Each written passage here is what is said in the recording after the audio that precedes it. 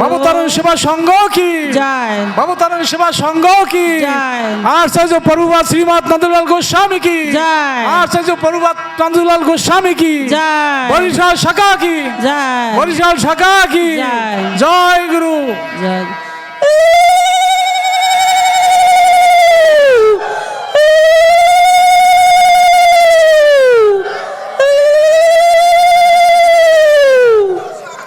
পিছনে সরে দিন, পিছনে সরে দিন।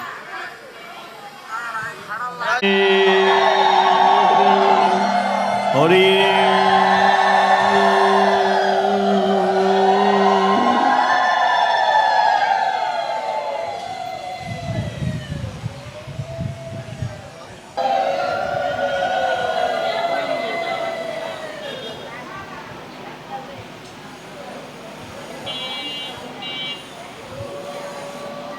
জয় সাধু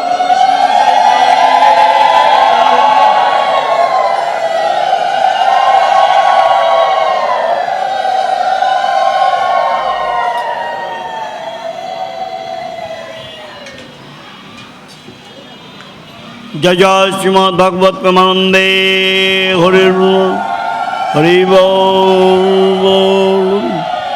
সাধু গুরু বৈষ্ণব প্রেমানন্দে হরির হরি বল।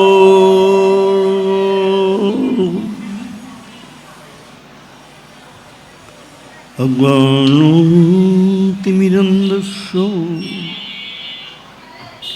জ্ঞানঞ্জন শলাকয়া চক্ষুরুন্মীলিतं যেন তস্मै শ্রীগুরুবে নমঃ। বঞ্ছাকল্পতরুভ্যশ্চ কৃপা সিন্ধুভ্যেব চ পতিতানাং পাবনেভ্যো বৈষ্ণবেভ্যো নমো নমঃ। ব্রাহ্মণেভ্যো নমো নমঃ। সজ্জনেভ্যো নমো নমঃ। মাতৃগণেভ্যো নমো নমঃ। বন্দে গুরুনিশ ভক্তানিশ মিশয়াবতারকান তৎপ্রকাশঞ্চ তচ্চগুতে কৃষ্ণ চৈতন্য সঙ্গকম। বন্দে শ্রীকৃষ্ণ চৈতন্য নিত্যানন্দ সহদিত গৌরদয়ে পুষ্পবন্ত চিত্রসন্দত্তমন্বিত অজানুলম্বিত ভুজৌ কনকবদৌতু সংকীর্তনৈকৈপেতর কামলয়তাক্ষ বিশ্বম্বর দ্বিজবর যুগ ধর্ম পাল। বন্দে জগৎ প্রিয় করো করুণায় অবতার। নমস্তে কাল সত্তায় জগন্নাথ সুতায় চ সবিত্রায় সপুত্রায় সকলত্রায়তে নমো। অনর্পিত চরিঞ্চিরা করুণায় অবতীর্ণ কল সমর্পয়িতুং নত উজ্জ্বল রসান সভক্তি শ্রিয়ম হরিপুরট সুন্দর দুটি কদম্ব সন্দীর্পিত সদা হৃদয় স্কন্দরে স্ফুরত বসচি নন্দন ঈশ্বর পরম কৃষ্ণ সচ্চিদানন্দ বিগ্রহ অনাদিরাদি গোবিন্দ সর্বকারণ্যে কারণম মুকং করতি বাচালং পঙ্গুং লঙ্ঘয়েতে গিরিম যৎকৃপাতমহং বন্দে পরমানন্দ মাধবম যৎকীর্তনং যৎশরণং যদীক্ষণং যদনন্দং যদবর্ণং যচ্চকর্ণং লোকস্য শব্দং বিধুনতি কলমস্য তস্मै সুভদ্র শ্রবণে নমো নমো বরাপিরাভিরামং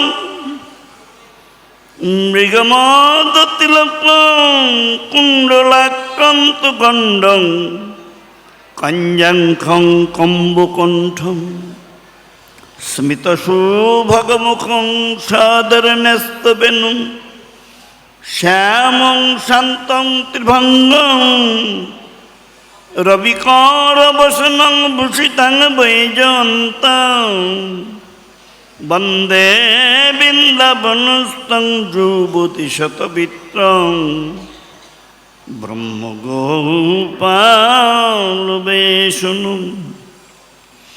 হে কৃষ্ণ করুণা সিন্ধু দীনবন্ধু জগৎপতে গোপেশ গোপিকা কান্ত রাধাকান্ত নমস্তুতে। নমো ব্রহ্মণ্যদেবায় গো ব্রাহ্মণ্যহিতায় চ জগদ্ধিতায় কৃষ্ণায় গোবিন্দায় নমো নমো। নৈমিষারণ্যে গত বৈগুণ্যে বিস্তৃত পুণ্যে সকল জনমান্যে শ্রীমদ্ভাগবতীয় প্রসঙ্গে বক্তালমর্ষনন্দন উগ্রশ্রবমুনি তথা সূত গোস্বামী শ্রোতাশঙ্কাদিশস্ত্র মহামুনি ওদিকে গঙ্গা তীরস্থ শ্রীমদ্ভাগবতীয় প্রসঙ্গে বক্তা শ্রীমদ বাদরায়ণী সুখদেব গোস্বামী শ্রোতা ব্রহ্ম শাপকস্তরাজদিরাজ পরীক্ষিত। ওম নমো ভগবতে বাসুদেবায়। ওম নমো ভগবতে বাসুদেবায়। ওম নমো ভগবতে বাসুদেবায়। অং বিষ্ণু শ্রীমৎ ভাগবতম। শ্রীমৎ ভাগবতের দশম স্কন্ধে ষষ্ঠ অধ্যায়। শ্রীশুক উবাচ। এটি একটি আর্ভক লীলা, বাল্যলীলা। নন্দ বচ সৌরিণ মৃষয়তি বিচিন্তয়ন হরিঞ্জ জগামুচরণ উৎপাত গম সংকিত। লীলাটির নাম হচ্ছে পুতনা মুখ্যন লীলা। পুতনা, পুতনা, মনপুতনা। মেয়েটিকে খুব ভালো জানতাম, কখনো মাথা উঁচা করে কলেজ ইউনিভার্সিটিতে যায় নাই। তার দ্বারা যে কাজটি আজ হলো, এটি কারো মন পুতনা।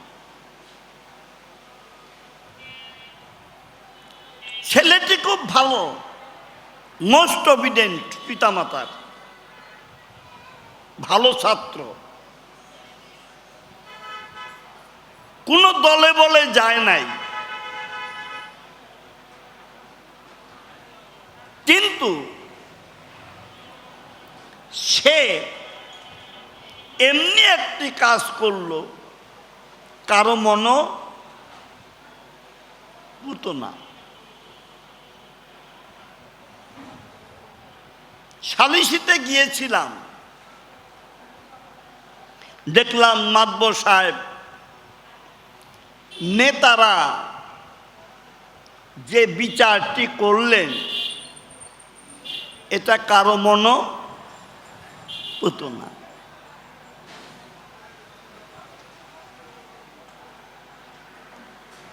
তাই যার সম্বন্ধে আলোচনা করব, সে যে সমস্ত কাজ করেছে, কারো মন পুতনা।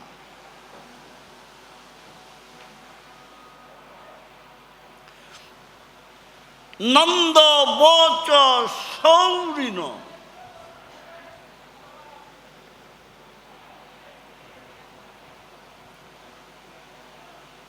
নন্দ মহারাজ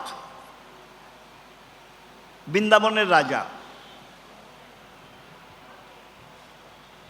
তার ঘরে 6 দিনের শিশু। আমাদের সন্তানাদি হলে 6 করি।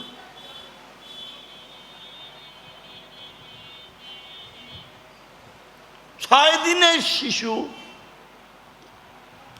নন্দ মহারাজ আত্মীয় স্বজন, প্রিয়জন, পরিজন, বন্ধু বান্ধব, আত্মীয় স্বজন সবাইকে দধি দুগ্ধ মিষ্টি মন্ডা সেবা করিয়েছে। নন্দ মহারাজের দীর্ঘদিন কোনো সন্তান হয় নাই। না হওয়ায় রাজকার্যে তার মন ছিল না, এবং তার মহারাজ হচ্ছে কংস, তাকে করও দেয় নাই। আমাদের জমি খাজনা না দিলে লাটে উঠে যাবে না? রাজরাজাদেরও মহারাজকে খাজনা না দিলে, কর না দিলে তার রাজ্য লাটে উঠে যাবে। নন্দ মহারাজ শকটে করে, শকট মানে গরুর গাড়ি, গরুর গাড়িতে করে দধি দুগ্ধ মিষ্টি মন্ডা নিয়ে এবং দীর্ঘদিনের বাকি কর নিয়ে তিনি ওই ৬৬ দিনেই মথুরায় গিয়েছেন।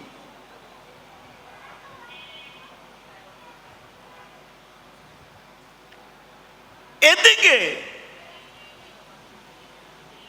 কংস মন্ত্রণা কক্ষে মন্ত্রীদের নিয়ে আলোচনায় বসেছেন। তিনি একটি অর্ডিন্যান্স জারি করেছেন, 10 দিনের মধ্যে যে সমস্ত শিশু জন্মাবে, 10 দিনের মধ্যে যে সমস্ত শিশু জন্মিয়েছে তাদের মেরে ফেলতে হবে। কিন্তু বিড়ালের গলায় ঘন্টা বাঁধবে কে? নাচতে নাচতে এসেছে পুতুনা। মহারাজ, আপনার নুন খেয়েছি, আপনার গুণ গাইব না? আমাদের একটা দেশে ভাষা আছে নিমু হারাম। আসলে ভাষাটা নিমু হারাম না, নেমক হারাম। আগেকার দিনে বড় বড় বাড়িতে ডাকাতি হতো, গোয়েন্দারা যেত, তাদেরকে খেতে দিলে তারা সেই বাড়ির লবণ খেত না, কারণ লবণ খেলে নেমু খারামি করা যাবে না। আর এখন যার লবণ খায়, কর্মচারী হোক, চাকর বাকরি হোক, যার লবণ খায় তারই সর্বনাশ করে।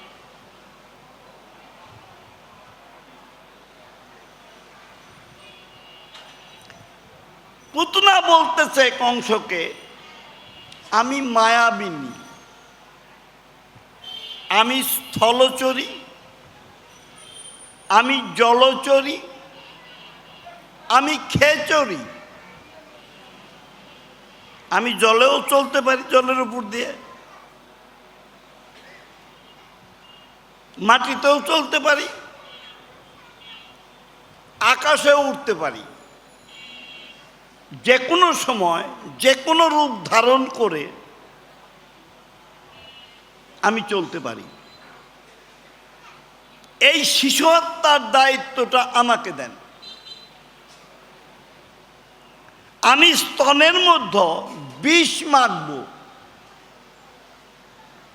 যেখানে যেরকম পরিবেশ, সেই পরিবেশে আমি শিশুকে কুলে নিয়ে স্তন দিব, মরে যাবে।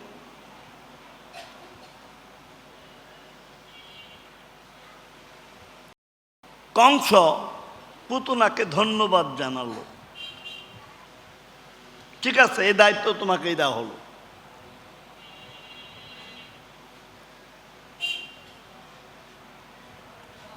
আজকালও সমাজে অনেক পুতনা আছে, দুষ্ট লোকের মিষ্ট কথা ঘনিয়ে বসে কাছে, কথা দিয়ে কথা নেয়, প্রাণে বধে শেষে। সেই জন্য সাধু সাবধান, দুষ্ট লোকের সঙ্গে মিশবেন না, তাদের পাত্তা দিবেন না, ক্ষতি করে বেরোবে।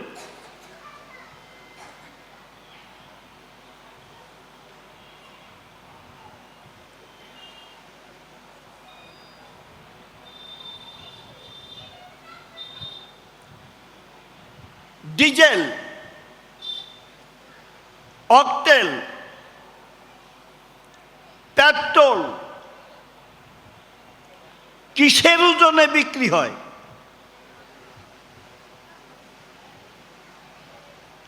লিটার। কাপড় বিক্রি হয় কিসের মাপে? মিটার।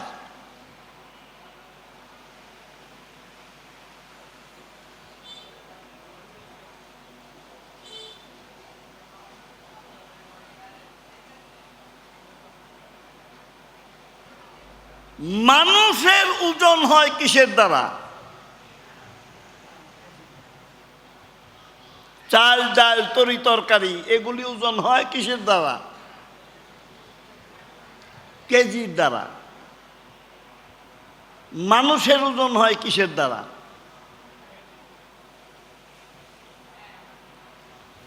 ঈশ্বরচন্দ্র বিদ্যাসাগরের কাছে একজন ব্রাহ্মণ গিয়েছেন। ব্রাহ্মণ যে বলছেন, বিদ্যাসাগর মহাশয়, আমি একজন দারিদ্র ব্রাহ্মণ, আমাকে কিছু ভিক্ষা দিন। ঈশ্বরচন্দ্র বিদ্যাসাগর একটু থমকে তিনি বললেন, তোমার আকারেই বুঝতে পেরেছি। ব্রাহ্মণ আকার দেখতেছে, তার আকার দেহটা দেখতেছে, যে উনি আমাকে দেখে কি করে বুঝলেন যে আমি ভিক্ষা করতে এসেছি। মহাশয়, আপনি আমার আকারে কি বুঝতে পারলেন যে আমি আপনার কাছে ভিক্ষা করতে এসেছি? ঈশ্বরচন্দ্র বিদ্যাসাগর বললেন, তুমি হলো ব্রাহ্মণ, তুমি হবে পণ্ডিত, তা না হয়ে তুমি হয়েছে মূর্খ। তুমি বলবে আমি দরিদ্র, তা না বলে তুমি বলেছ আমি দারিদ্র। ওই যে আকার একটা বেশি দিয়েছ, এই জন্য বুঝতে পেরেছি তুমি মূর্খ ব্রাহ্মণ, তোমাকে সারা জন্ম ভিক্ষা করে খেতে হবে।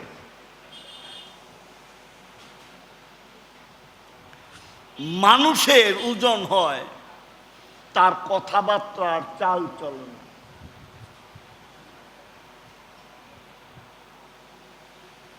ঈশ্বরচন্দ্র বিদ্যাসাগর বলেছেন, এমন কথা বলতে হবে না বলে কেউ ঝুট, এমন জায়গায় বসতে হবে না বলে কেউ উঠ। এখন এখানে আমি না এসে অন্য কেউ এসে যদি বসতো,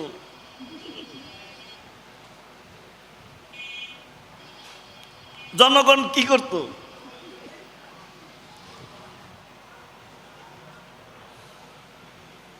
উঠিয়ে দিত না, এই উঠ, এটা তোর জায়গা না।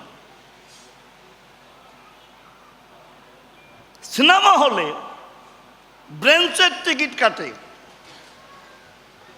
টিকিট কেটে বেলকনিতে যেয়ে বসে। এখন চেকার বেলকনিতে গিয়ে টিকিট চেক করছে, তো দেখছে যে সামনে ব্রেঞ্চের টিকিট। চেকার বলবে, না বেটা, বেলকনির টিকিট কাটিস নাই, কেটেছিস ব্রেঞ্চের টিকিট, যা নিচে ব্রেঞ্চে যেয়ে বয়। এমন জায়গায় বসতে হবে না বলে কেউ উঠ, এমন কথা বলতে হবে না বলে কেউ ঝুট। সেজন্য মানুষের ওজন হয় তার কথাবার্তা আর চাল চলন।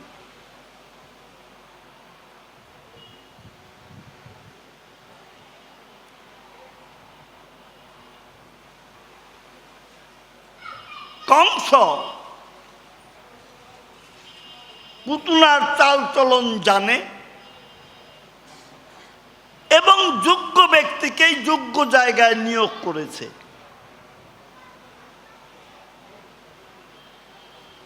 সেই দিনই নন্দ মহারাজ মথুরায় এসেছে কর দিতে এবং উপঢৌকন দিতে। পুত্রের আনন্দের আতিশয্যায় দধিদুগ্ধ মিষ্টিমন্ডা নিয়ে এসেছে। বসুদেব জানেন কংস পুতনাকে শিশু হত্যার জন্য পাঠিয়েছে।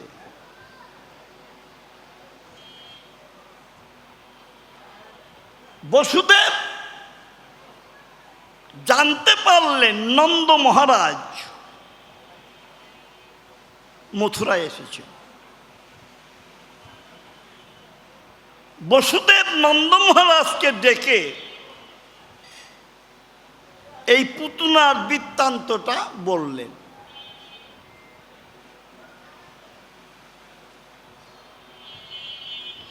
বসুদেবের সঙ্গে নন্দ মহারাজের সম্পর্ক কি?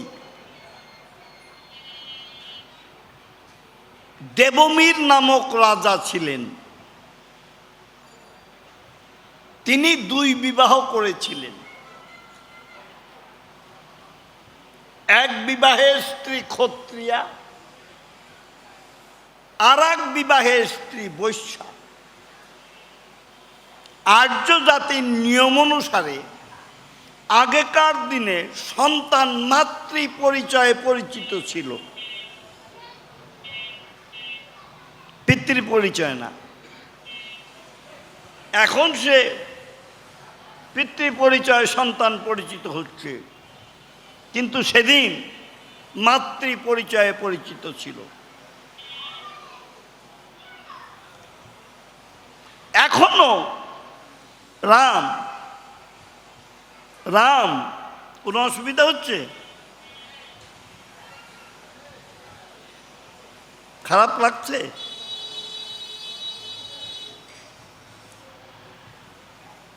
পাশ্চাত্যে কন্টাক্ট ম্যারিজ, যদি গর্ভে অথবা শিশু থাকে, ওই কন্টাক্টের মধ্যে যদি শিশুর জন্ম হয় তাহলে সে মার সাথে চলে যায়।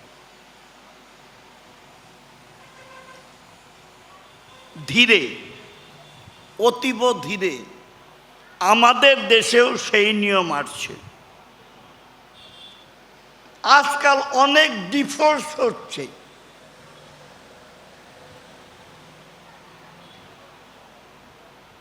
জজ সাহেব ডিভোর্স দিয়ে দিলেন।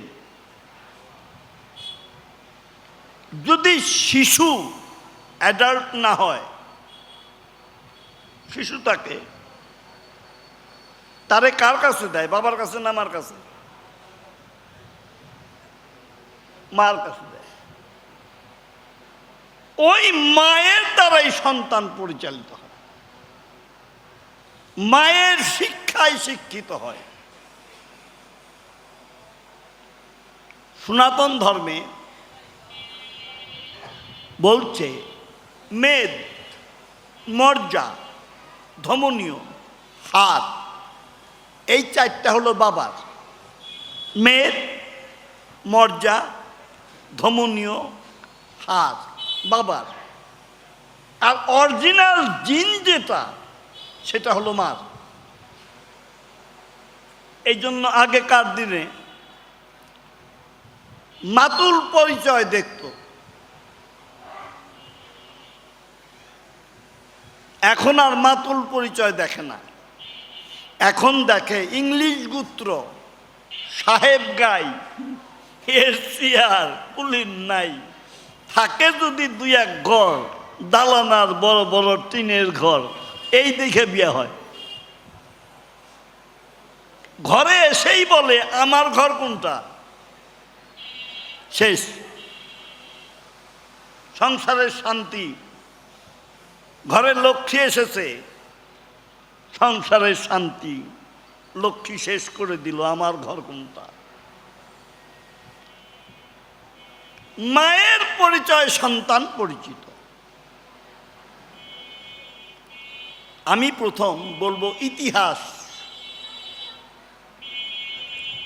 তারপরে বলবো দর্শন, তারপরে বলবো বিজ্ঞান। ইতিহাস, বিশ্বশ্রবা মুনি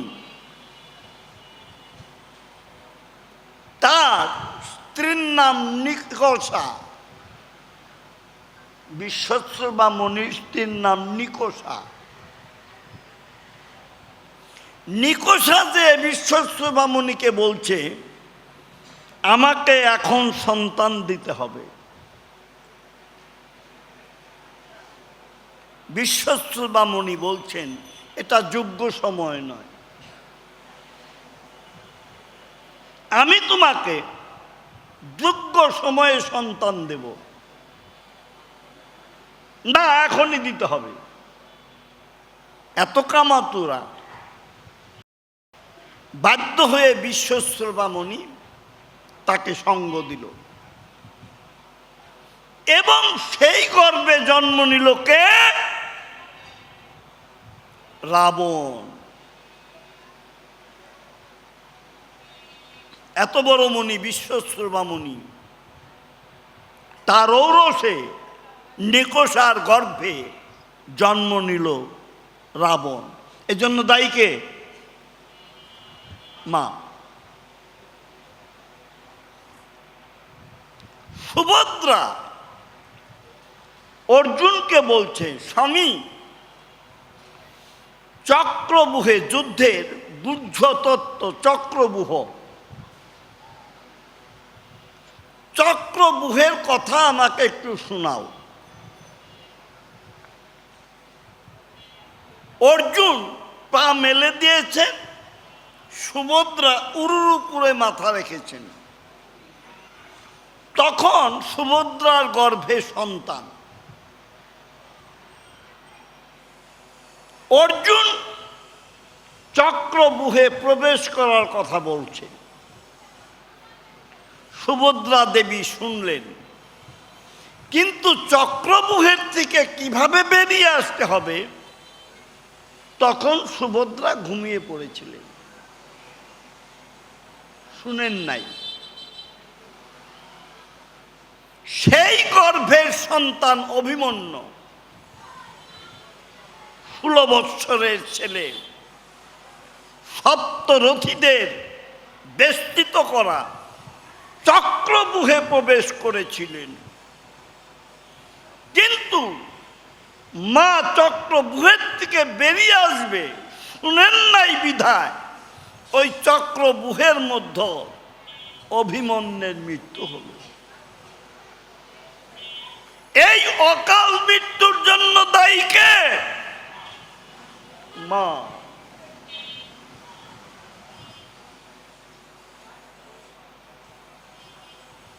সুবর্ণমণ্ডিত অমরাবতী,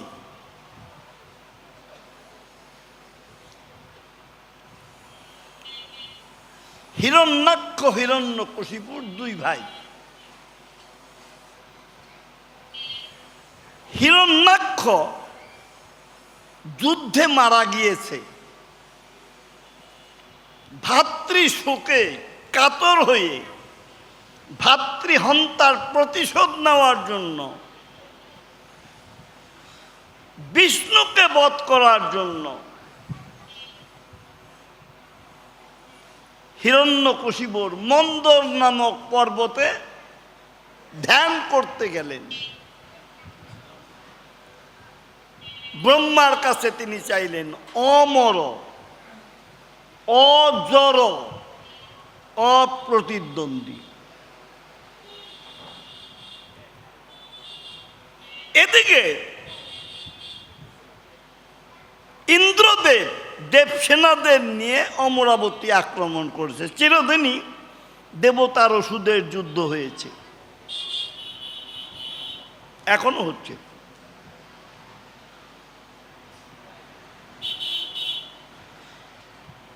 অমরাবতী আক্রমণ করে অনেক অসুর ধ্বংস করেছে। জানতে পারলেন ইন্দ্রদেব, জানতে পারলেন হিরণ্যকশিপুরের স্ত্রীর নাম কয়াদু। হিরণ্যকশিপুরের স্ত্রীর নাম কয়াদু। কয়াদুর গর্ভে একটা সন্তান আছে। তখন ইন্দ্রদেব ভাবলেন আর একটা অসুর কয়াদুর গর্ভে, এই গর্ভের সন্তানটাকে মেরে ফেলতে হবে। তখন কয়াদুকে হাত ধরে ইন্দ্রদেব নিয়ে যাচ্ছে। সম্মুখে পড়েছে নারদ মুনি। ছি ছি, ইন্দ্রদেব, এতদিন জানতাম অসুররা নারী হরণ করে, এখন দেখি দেবতারাও নারী হরণ করে। তখন ইন্দ্রদেব বলছেন, আমি মাতৃত্বের দাবি দিয়েই নিয়ে যাচ্ছি। এর গর্ভে আর একটা হিরণ্যকশিপুর আছে, একে মেরে ফেলে তারপরে কয়াধুকে আমি অমরাবতীতে পাঠিয়ে দিব। নারদ মুনি বললেন, এভাবে অসুর ধ্বংস করা যায় না, বরঞ্চ আমার হাতে কয়াধুকে ছেড়ে দাও, এর গর্ভের যে সন্তান হবে তোমাদের ফেভারে সে কাজ করবে।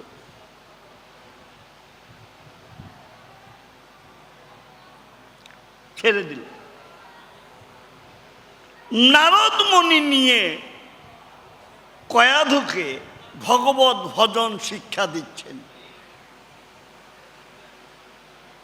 এই ভগবত ভজন শিক্ষা নিতে নিতে কয়াধুর গর্ভের থেকে সন্তান পৃথিবীতে নামলো। সেই সন্তানকে বললাম,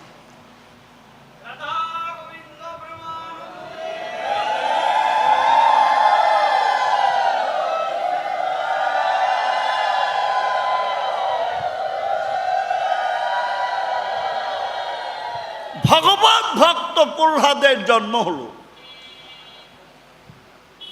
এর জন্য দায়ীকে মা। গেল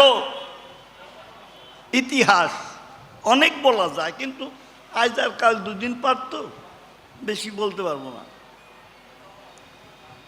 এখন বলবো দর্শন। এই যে এইদিকে দেখি যাইতে হাটের দিন বহু আমের কলম উঠে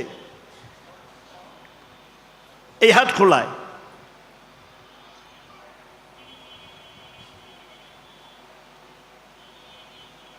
মালদার আমের বা রাজশাহী আমের চারা কলম, চুষা আমের কলম, ন্যাংরা আমের কলম, কলম বিক্রি হচ্ছে।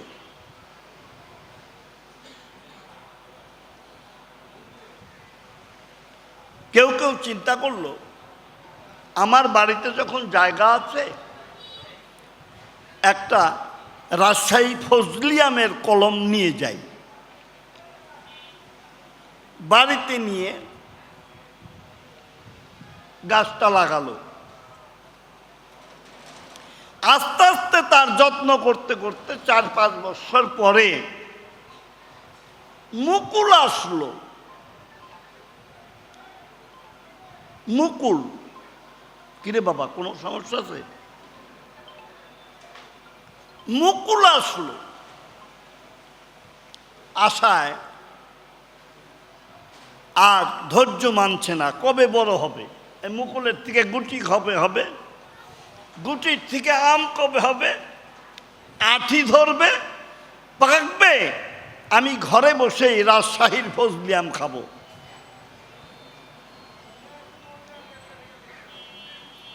আমটি বড় হলো, রং উঠলো, পাকলো, সাইজও সেই রাজশাহীর ফজলি আমের মতো হলো। কেটে ভগবানের পূজাই হোক আর নিজের পেট পূজাই হোক দিল। দেওয়ার পরে খেয়ে দেখছে টক, সেই রাজশাহীর ফজলি আমের মতো অত স্বাদ হয় নাই। এই জন্য দায়ীকে মাটি। আমি ৭২ সনে সাভারের থেকে কারকল গাছ এনেছিলাম। এই যে কারকল, আমি অরঙ্গবাদ, তখন দোহার থানা আমার বাড়ি, পদ্মার গর্ভে ৮৮ বন্যায় ভেঙে গেছে।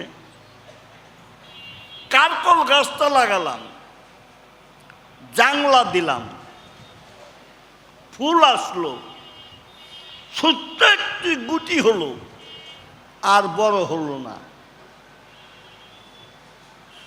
এই জন্য দায়ীকে মাটি। সাভারের টেঙ্গুরা মাটি আর অরঙ্গবাদের দোআঁশ মাটি এক না। কারকল হলো না, খেতে পারলাম না কারকল, আফসোসই রয়ে গেল। সংক্ষিপ্ত বলছি, দর্শন ছেড়ে দিলাম, এখন আসি বিজ্ঞান। মায়ের গর্ভে যখন সন্তান আসে, ডাক্তাররা আছেন কেউ? ডাক্তার?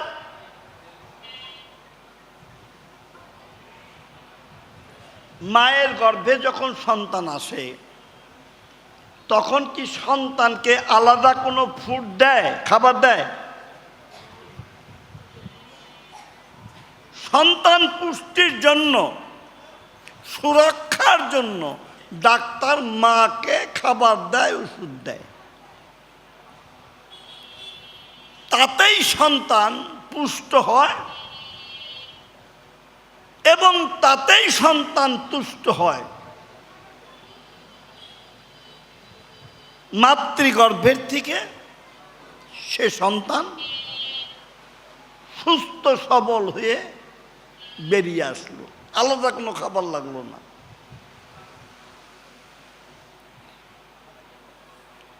আজকের এই আসরে বাবাদের চেয়ে মায়েরাই কুরাম বেশি।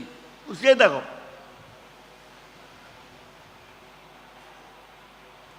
মায়েদের উদ্দেশ্য বলবো। মার গর্ভে সন্তান, আল্ট্রাসোনোগ্রাফি করতে ডাক্তারের কাছে গিয়েছে। এদেশে বলে ছেলে না মেয়ে, কিন্তু ইন্ডিয়ায় বলে না, তাহলে তার রেজিস্ট্রেশন ক্যান্সেল হয়ে যাবে।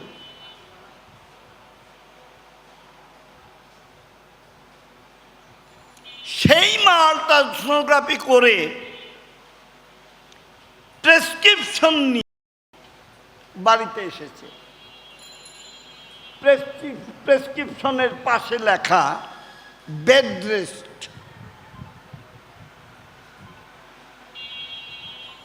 বাড়িতে সে বলছে শাশুড়িরে, মা আমার এক গ্লাস জল দেন।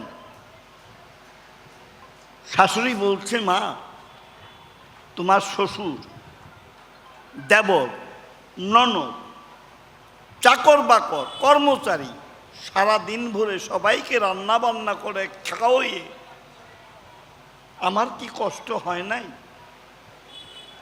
তুমি ডাক্তারের কাছ থেকে এসেছ, এক গ্লাস জল ভরে খেতে পারছো না? বউ রেগে গেছে। আপনার বাবাই কি লেখাপড়া শিখেছে?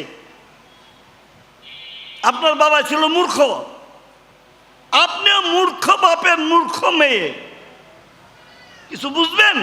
এই দেখেন প্রেসক্রিপশন, এই যে সাইডে লেখা বেড রেস্ট। আমি বিছানায় শুয়ে থাকব যে পর্যন্ত আমার সন্তান না হবে, সে পর্যন্ত এই সংসারের সব কাজ আপনার করতে হবে। দুটো কাপড়, দুটো ভাতের জন্য সেই বুড়া শাশুড়ি নীরবে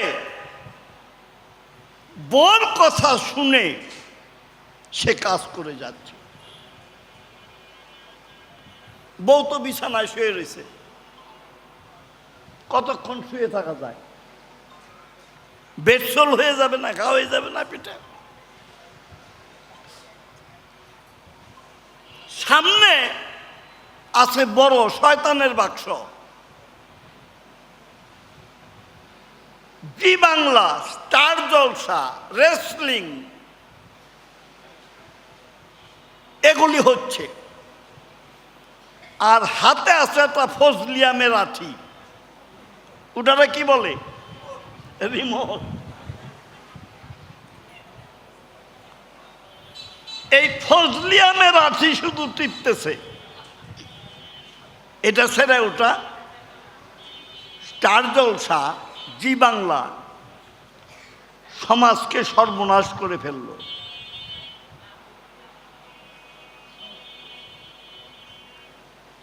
এগুলি দেখতে দেখতে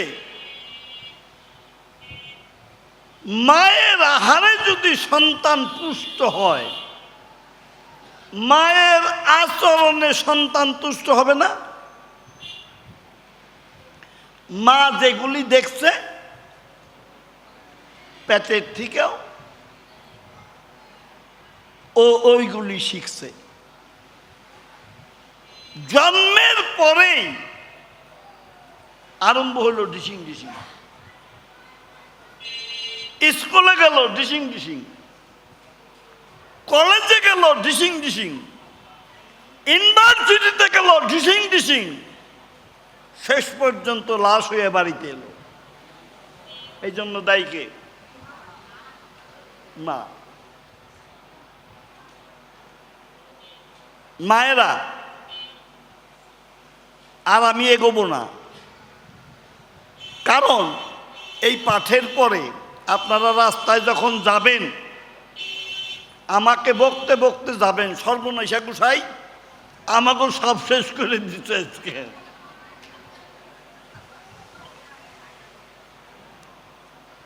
বাবারা শুনে রাখুন,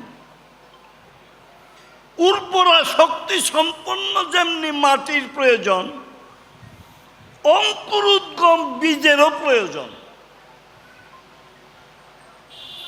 উর্বর শক্তি সম্পন্ন মাটি, অঙ্কুরোদ্গম বীজ, দুইয়ের যদি মিলন হয় তাহলে হয় সুজলা সুফলা শস্য শ্যামলা বসুন্ধরা।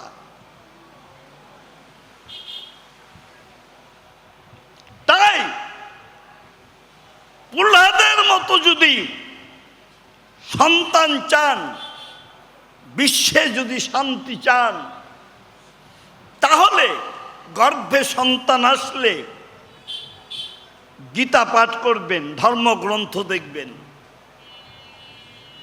ওই শয়তানের বাক্সের মধ্যে ভালো কিছু আছে, সেগুলি দেখবেন।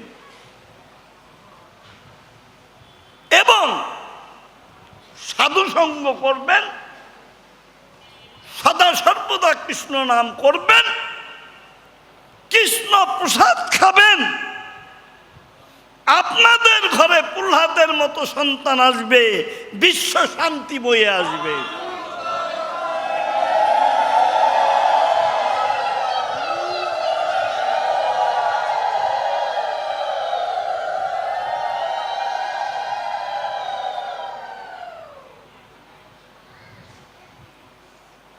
নন্দ বচ সৌরিণ মৃষয়তি বিচিন্তয়ন।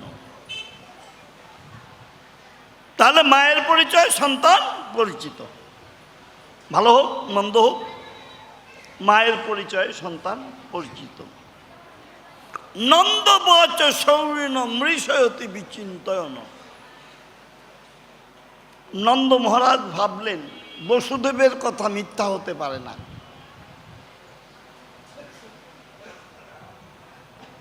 দেবমীরের এক স্ত্রী ক্ষত্রিয়া, ক্ষত্রিয়া স্ত্রীর গর্ভে রাজা সুর, রাজা সুরের দুই পুত্র বসুদেব, দেবভাগ।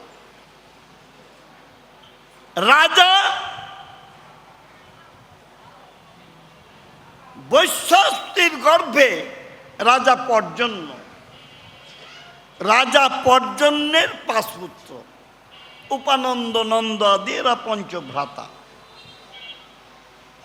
তাহলে বংশগত হিসাবে বসুদেব আর নন্দ মহারাজ দুই ভাই। বসুদেব বললেন, দাদা, পুতনা রাক্ষসীকে পাঠিয়েছে শিশু হত্যার জন্য, রাজা সৈন্য রাজ্য, তুমি চলে যাও। নন্দ মহারাজ ভাবলেন, সৌরিন, সরাসরি নাম না বলে পিতার নামে পরিচয় দিলেন, সৌরিন, সুরের পুত্র, বসুদেবের কথা মিথ্যা হতে পারে না। হয় নট? আমরা কি সবাই সত্য কথা বলি? মিথ্যাও বলি। এই জন্য আমাদের মুখের কথা সত্যে পরিণত হয় না। বেদ বললেন, সত্যাংহি ধর্ম, যার মধ্যে সত্য নাই তার মধ্যে কোনো ধর্ম নাই। যতই আমরা বাহানা করি, সত্যের ধ্যান করতে হবে, সত্য কথা বলতে হবে।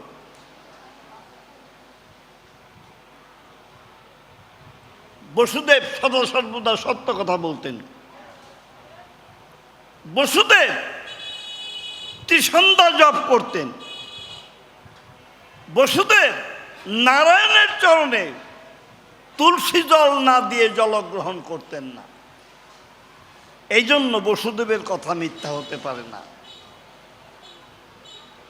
এ বিষয়ে একটা গল্প বলছি। এক ব্রাহ্মণের ছেলে প্রতিদিন পতিতালয়ে যেত। বাবা ফেরাতে পারে নাই। মৃত্যুর পূর্বে বাবা ছেলের হাত ধরে বলছে, বাবারে, আমার একটা কথা রাখ। ছেলের ভয়, যদি ওই কথা বলে তাহলে তো আমি রাখতে পারবো না। বাবা বলছে, তুই ত্রিসন্ধ্যা জপ করবি। গীতায় আছে, ত্রিসন্ধ্যা মুক্তি গৃহিণী, জপাত সিদ্ধি, জপ করতে হবে।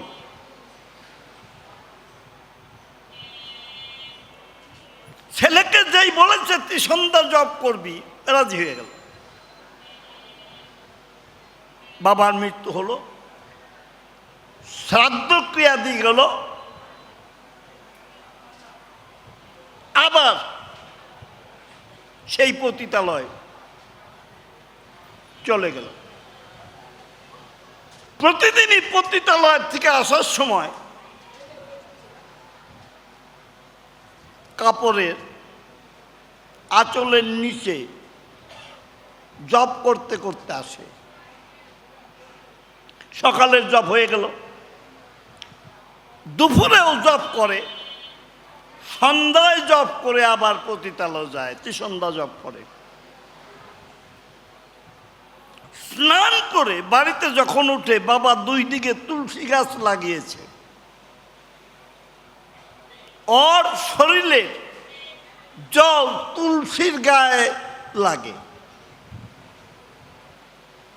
গোবিন্দ বল্লভা দেবী ভক্ত চৈতন্য কারিণী স্নাপায়নী জগদ্ধাত্রী কৃষ্ণ ভক্তি প্রদায়িনী। তুলসীকে স্নান করালেও আশীর্বাদ করেন যে তোর জন্য কৃষ্ণ ভক্তি হয়। তা ওর শরীরের সেই প্রতি ব্রাহ্মণের ছেলের কাপড়ের জল তুলসীর গায়ে লাগে অজান্তে, তাতেই আশীর্বাদ করে তোর জন্য কৃষ্ণ ভক্তি হয়। এইভাবে আসতে যাইতে একদিন হঠাৎ করে দেখে নদীর যে ঘাটেও স্নান করে সেই ঘাটে একটি অপরূপা সুন্দরী রমণী হাঁটু জলে নেমে কালো একটা কাপড় তার হাতে, কালো কাপড়টা জলে দেয়। সার্ফ নাই, জেট নাই, খার নাই, সাবান নাই, জলে দিলেই দবদবা সাদা হয়ে যায়। কাপড়টা নিয়ে চলে আসে। কোটি কোটি টাকা থাকলে রাজপ্রাসাদ গড়া যায়, কিন্তু শুভবুদ্ধির উদয় না হলে কৃষ্ণ কৃপা হয় না। আর একদিন শুভবুদ্ধির উদয় হলো যে এই মেয়েটাকে কালো কাপড় নিয়ে আসে, জলে দিলে দবদবা সাদা হয়ে যায়, অর্থকে আমার জানতে হবে। স্নান করে উঠেছে, মেয়েটি জলে নেমেছে, দুই হাত প্রসারিত করে তখন বলছে, মা তুমি যেতে পারবে না আমার প্রশ্নের উত্তর না দিয়ে। কি তার প্রশ্ন? প্রথম প্রশ্ন, কালো কাপড়টা কি? এখন সেই অপরূপা সুন্দরী রমণী বল, কালো কাপড়টা তুই পতিতালয় থেকে পাপে পঙ্কিলে এরকম হয়ে যাস। আমি তোকে জলে ধৌত করে শুভ্র সূচি করে দেই, আর আমি কে তুই শুনবি? তোর বাবা বলেছিলেন সন্ধ্যা জপ করার জন্য, তুই যে গায়ত্রী জপ করতিস আমি তোর সেই গায়ত্রী মা। ঠাসে পার পরে পড়ে গেছে, এ তো ধরা ছোঁয়ার বাইরে। চিৎকার দিয়ে বলছে, বাবা তুমি শুনো, তোমার কথা রক্ষা করে আমি ত্রিসন্ধ্যা জপ করেছিলাম, আমি শুভ্র সূচি হয়ে গেছি, প্রতিজ্ঞা করলাম শোনো তুমি, আর আমি পতিতালয়ে যাব না, আমি তুলসী স্নান করাবো, আমি ত্রিসন্ধ্যা জপ করব, আমি সাধু সঙ্গে হরিনাম সংকীর্তন করে আমার জীবন কাটাবো।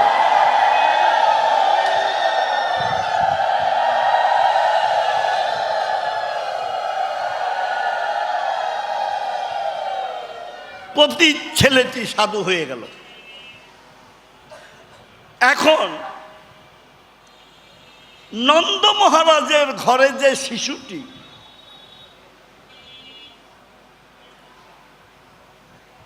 পূর্বজন্মে থাকে যদি সাধু সংস্কার, দেখিতে শুনিতে হয় বৈষ্ণবের আচার।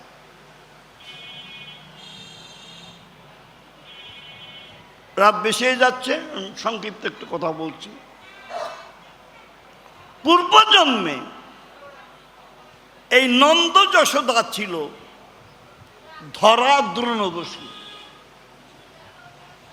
তাদেরই অংশ অবতার যশোদা নন্দ মহারাজ।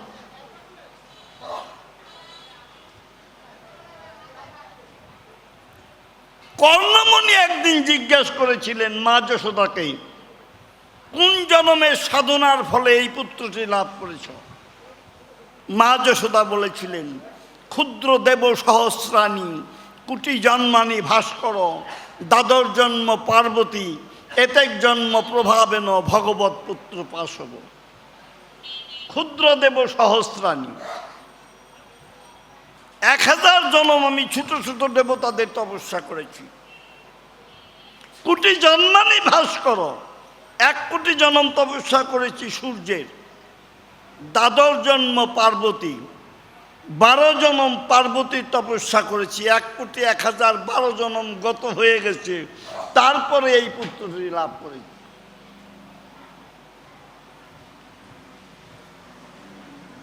তাও এই জন্মেও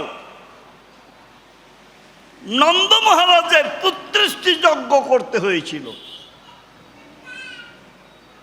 একটা নয়, 3টি পুত্রেষ্টি যজ্ঞ, সন্তান হয়নি।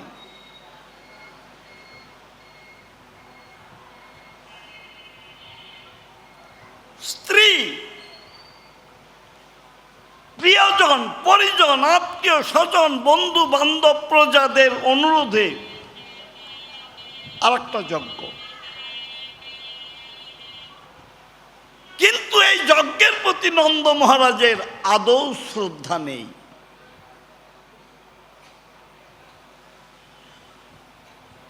মনে রাখবেন, আদৌ শ্রদ্ধা। আমার আচরণে, কথাবার্তায়, ব্যবহারে যদি কারো মনে কষ্ট থেকে থাকে, আমি যত বড় হাই থটি বলি না কেন, আমার কথায় তার শ্রদ্ধা আসবে না। আদৌ শ্রদ্ধা গেল শ্রদ্ধা। শ্রদ্ধা গাঢ় হলে রতি নাম কয়, রতি গাঢ় হলে তারে প্রেম নাম কয়। প্রেম একদিনে আসে না, আগে শ্রদ্ধা, তারপরে রতি, তারপরে প্রেম। নন্দ মহারাজের শ্রদ্ধাই নেই। মা যশোদা টপ টপ করে দুই চক্ষের জল ফেলছেন।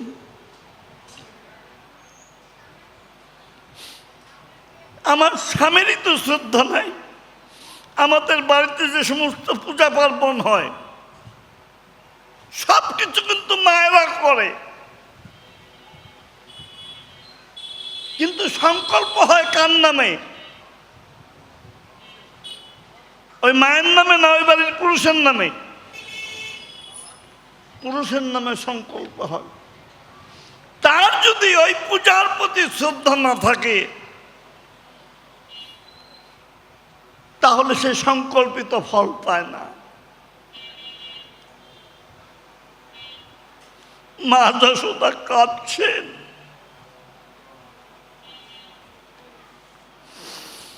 নন্দ মহারাজের হাত ধরে আপন প্রকোষ্ঠে নিয়ে গেলেন।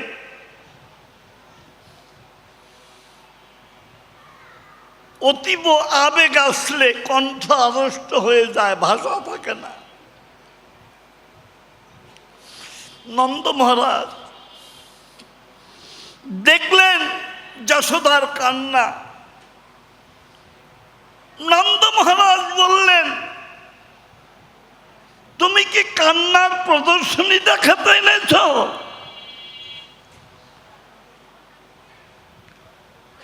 যশোদা দেবী অতি কষ্টে বললেন, তুমি কি সন্তান চাও না? আমরা স্বভাবত প্রিয়জনের চোখে জল দেখলে আমাদের চোখেও জল আসে। নন্দ মহারাজের চোখেও জল আসলো। নন্দ মহারাজ বললেন, তুমি তো কেঁদে বুঝাতে পারছ আমি আটপুরের রাজা।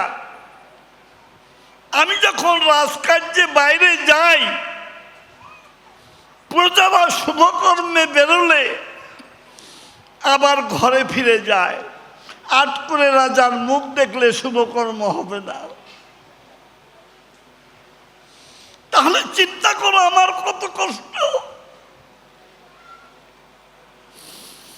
যশোদা দেবী বললেন, তাহলে কি সন্তান পাবো না? নন্দ মহারাজ বললেন, যজ্ঞে পাবো না। শুনো, আমি স্বপ্নে দেখি অতসী বর্ণের পুষ্পের ন্যায় একটি পুত্র তোমার স্তনপান করে। সেই পুত্রটি আমার বুকে পিত পিত বলে আসে। আমি বুকে জড়িয়ে ধরি।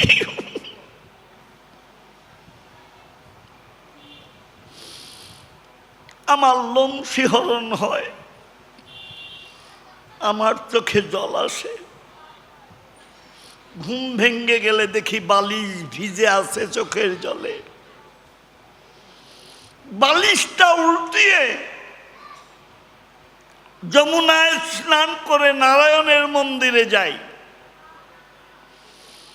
নারায়ণের মন্দিরে যেয়ে বলি, নারায়ণ, সন্তান যদি দিতে হয় তাহলে স্বপ্নে দেখা সন্তানটা দিও। যশোদা দেবী তার মাথাটা ঠাস করে স্বামীর বুকে দিলেন। বললেন, স্বামী, এটা তো তোমার স্বপ্ন না, এটা তো আমার স্বপ্ন। আমি তোমাকে বলি নাই যে শিশুটি আমার স্তনপান করে আমার বক্ষ দুগ্ধে ভিজে যায়। মায়েরা, নিঃসন্তান মায়ের স্তনে কি দুগ্ধ আসে? আসে না। যশোদা দেবী বললেন, আমার সন্তান হয় নাই, আমার স্তনে দুগ্ধ। তোমাকে বলি নাই, তুমি যদি আমাকে ভুল বুঝো।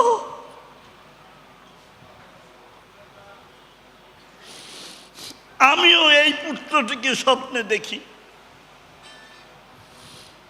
যমুনায় স্নান করে ধূপদীপ নৈবেদ্য পত্র পুষ্প নিয়ে, ফল মিষ্টি নিয়ে আমি নারায়ণের মন্দিরে গিয়ে পূজা দিয়ে বলি, নারায়ণ, যদি পুত্র দিতে হয় তাহলে স্বপ্ন দেখা পুত্রটা দিও। স্বামী স্ত্রীর স্বপ্ন এক হয়ে গেল। এই সংসারেও যদি ভজন পথে স্বামী স্ত্রীর মন মানসিকতা এক হয়, তাহলে গোবিন্দকে পেতে তাদের বেশি দেরি হয় না।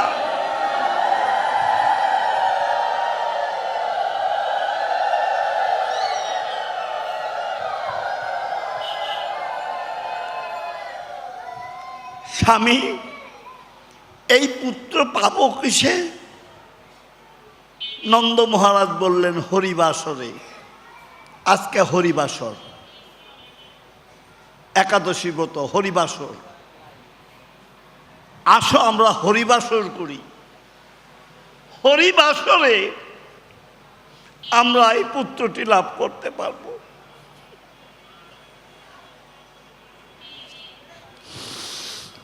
দুইজন আলিঙ্গনবদ্ধ হলেন, সংকল্প করলেন, আজ থেকে আমরা হরিবাসর করব। নন্দ যশোদা হরিবাসর আনন্দ করলেন। মনে রাখবেন, হরিভক্তি বিলাস আছে। একাদশীর ব্রত যদি কেউ না করে, গোবিন্দের চরণ প্রান্তে যে কাঁদলেও গোবিন্দ তাকে গ্রহণ করবেন না।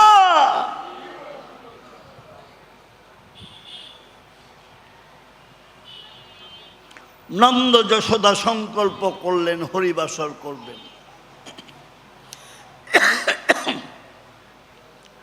হরিবাসর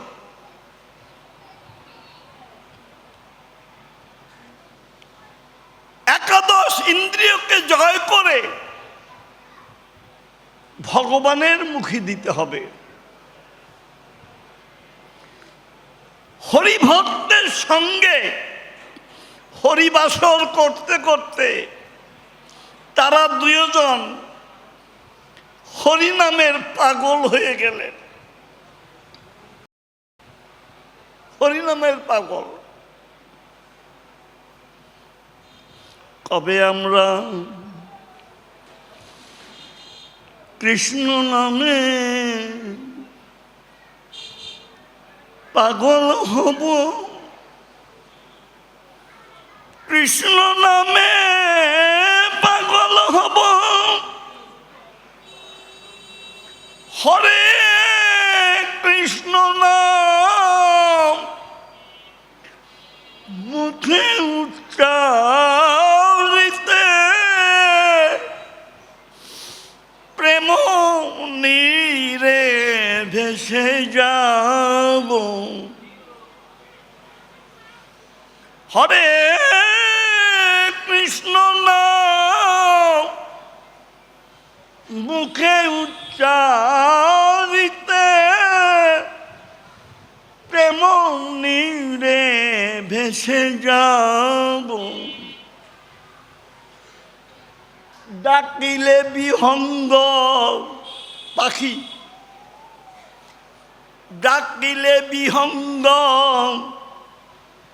জিজ্ঞাসিব তারে, দেখেছ কি তুমি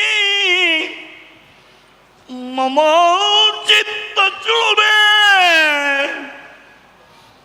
ডাকিলে বিহঙ্গ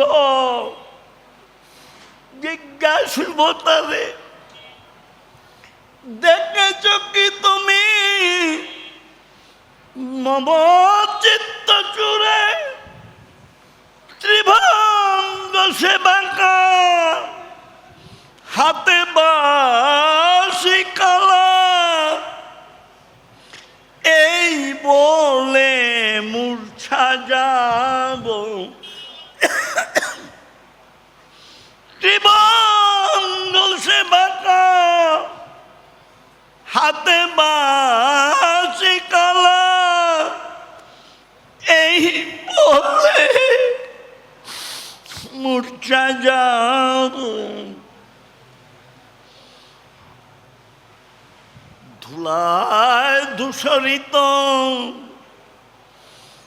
দিনহীন বেশে বেড়াইব আমি এই ব্রজের পথে পথে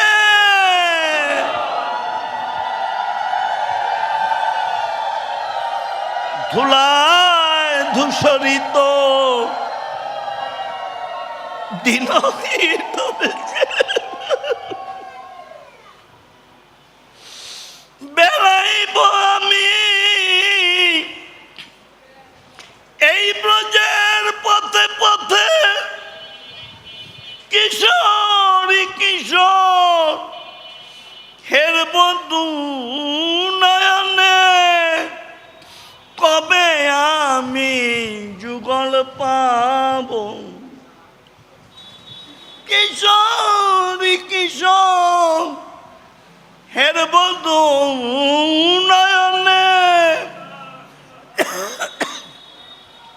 কবে আমি যুগল পাব কবে আমরা কৃষ্ণ নামে পাগল হব কৃষ্ণ নামে পাগল হব হরে কৃষ্ণ নাম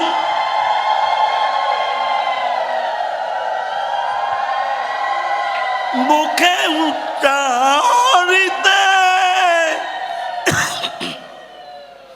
প্রেম নীরে ভেসে যাব হরে কৃষ্ণ নাম মুখে উচ্চারিতে প্রেম নীরে ভেসে যাব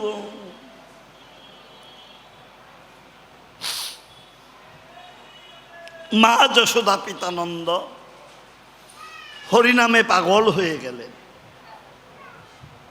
আমরাও যদি কৃষ্ণ নামে পাগল হই তাহলে আমরাও কৃষ্ণের কৃপা লাভ করতে পারব নন্দ বচ সৌরিণ মৃষয়তি বিচিন্তয়ন হরিং জগম শরণগত পাতকম সংকৃত বসুদেবের কথা মিথ্যা হতে পারে না উৎপাতের আশঙ্কায় ভীত হয়ে নন্দ মহারাজ উপঢৌকন কর দিয়ে তিনি মথুরা থেকে বৃন্দাবনে যাত্রা করলেন এই আশা নিয়েই আজকের মতো শ্রীমদ্ ভাগবতের বিশ্রাম রাখছি জয় জয় শ্রীমদ্ ভাগবত প্রেমানন্দে হরি হরি বল বল হরি সাধুগুরু বৈষ্ণব প্রেমানন্দে হরি হরি বল হরি বল হরি বল।